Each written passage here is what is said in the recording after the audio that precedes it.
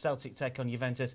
It's Manchester United, of course, against Real Madrid, tie the round. And Arsenal against Bayern Munich. There is, well, not a small chance that all three could crash out. More than a small chance. I look at it and I think that probably Manchester United having the home leg in the second leg. So I would say Man United probably the best chance, and that's a slim one at that. Yeah, it is indeed, because Real Madrid, we know they're off the pace in La Liga. You tend to feel that they've got all their eggs in the Champions League basket this time around. It's different for Manchester United, isn't it? Yeah, couldn't agree more. I think Real Madrid are really concentrating on this. I think they know that La Liga's gone.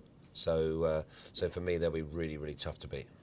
Let's get the outright prices as it stands after the draw was made. Here's the Butler.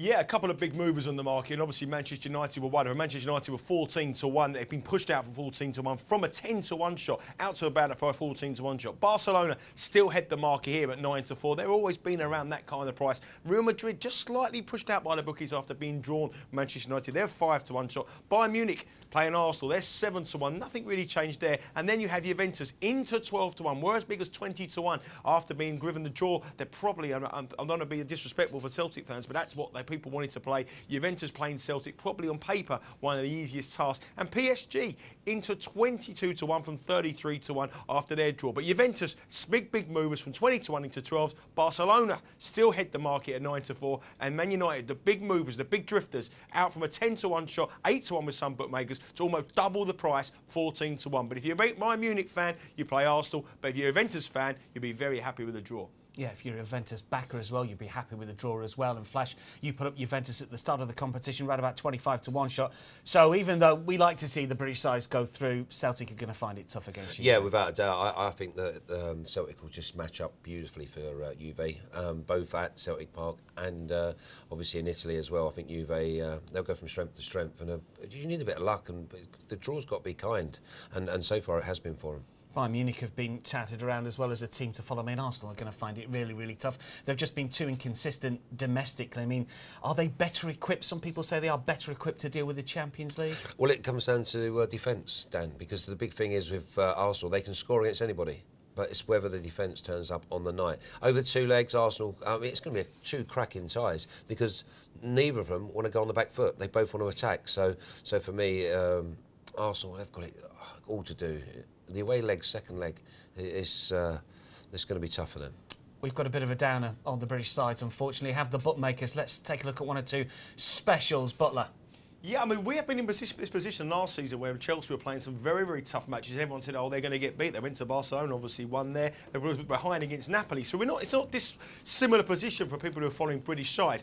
Man United and Arsenal both to go out 5-4. Obviously, they're playing Real Madrid and Bayern Munich, respectively. 2 very, very, very tough asks. But Arsenal have got goals in them. They've got goals in them. They can score goals, especially the away goal may be the problem. But Bayern Munich at the moment are probably the most free-flowing scoring side in European football. All the British teams to go out, that's obviously Arsenal, Manchester United and Celtic, only a 7-4 chance. That shows you what a real tough ask it is for these clubs. Man United and Arsenal to go through to the last quarter-finals, 7-1. So that shows you, if you look at them to go out, it's 5-4. To go through, 7-1. And this one here, all 3 to go for. I know we're in the festive season. I know we have gifts. I know we've got presents. This is no presents. This is no gift at 40-1. It might look big on paper, but 40-1 for those 3 teams to qualify to the quarterfinals, I don't think you'll be back in that. I think I'd want at least twice the amount of that, maybe even 3 times. But it shows you what a tough ask. Man United and Arsenal, both 5-4, not to make the quarterfinals of the Champions League. Not looking good.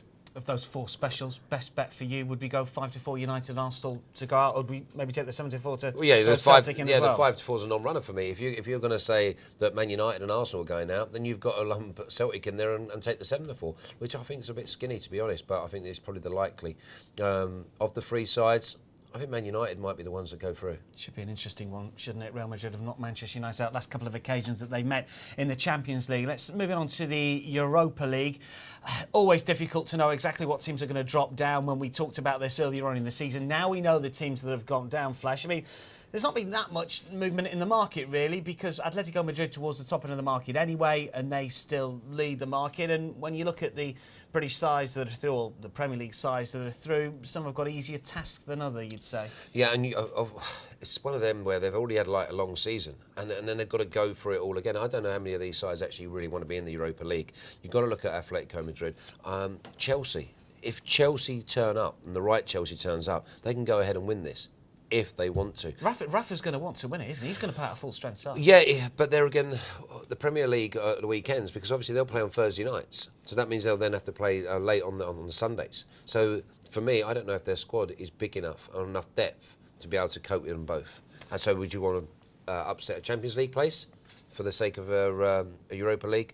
I'm not too sure. Yeah, it's a difficult one, and also we don't know who's going to come in January just yet, so punters potentially could be keeping their powder dry. Let's see how the market shapes up at the moment. Butler. Yeah, I think exactly what you're saying there, boys. I mean, I think you compare the money being bet on this compared to the Champions League, it'll be a fraction of the amount of wage. And the reasons why, exactly what you said. If you were to back Atletico Madrid at 7-1, what price would you be without Falcao if he left? And if he went to Chelsea, what price would Chelsea be?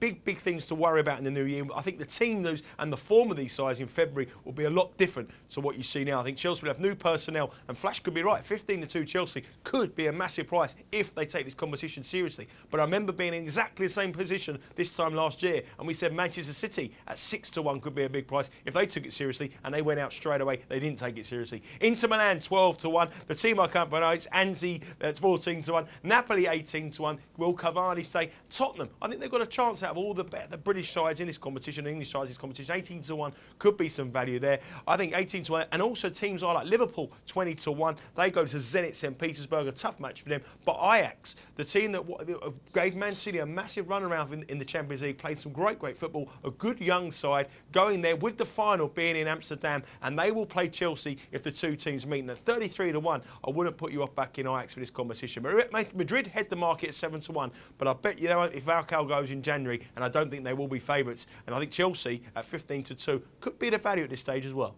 Yeah, interesting that Atletico Madrid did drop points in their group stage. They didn't in the previous campaign. Of course, they went on to win it. They're looking to win it again. But if Falcao leaves, you do feel that they may well struggle. Chelsea, interesting. Spurs take on Lyon. Of course, they will have a chance. Newcastle against Metalist Kharkiv in their next knockout game. I mean, as you say, it's so difficult to know exactly what the managers are going to do. Butler's talking about Ajax, the finals at the Amsterdam Arena. I mean, that's a tick in the right box, isn't it? Oh, without a doubt, and that's where Bayern Munich did the same last year, obviously in the Champions League. But you've got to look at these sides, and you've got to know who's actually going to take it seriously. You know that Ajax are, so that is the right tick. Tottenham, I think the Butler's right. Andre Villas-Boas has got a good record in the competition. And he's got a good squad.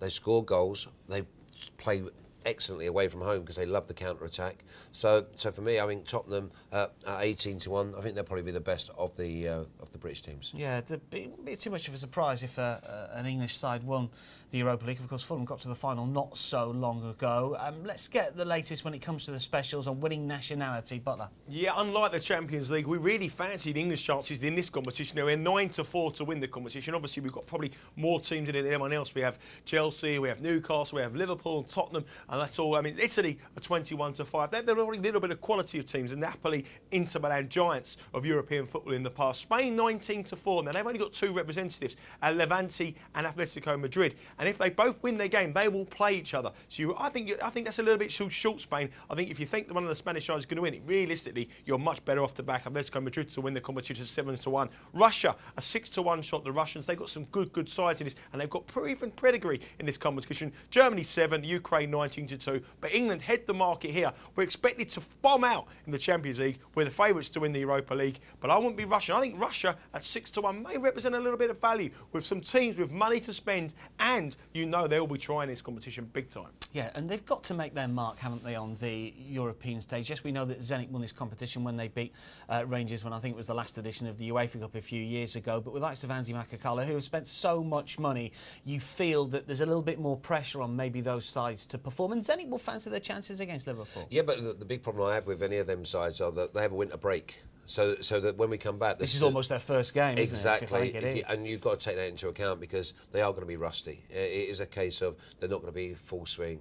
And for me, I'll be looking at the English sides. I'd take Chelsea and Tottenham against the field. Yeah, Chelsea and Tottenham certainly have got good pedigree. I think Rafa Benitez will want to target this competition. When you look at the competitions he's still in, well, the Capital One Cup, almost a gimme, you'd say, for Chelsea. But this is the one where he could make his mark, isn't it? Without a doubt. But they've got to bring someone in to take the load off of Torres, because Torres plays week in, week out. And now he has got Sturridge. They say Sturridge might leave. So it's all going to be about the personnel come the end of January.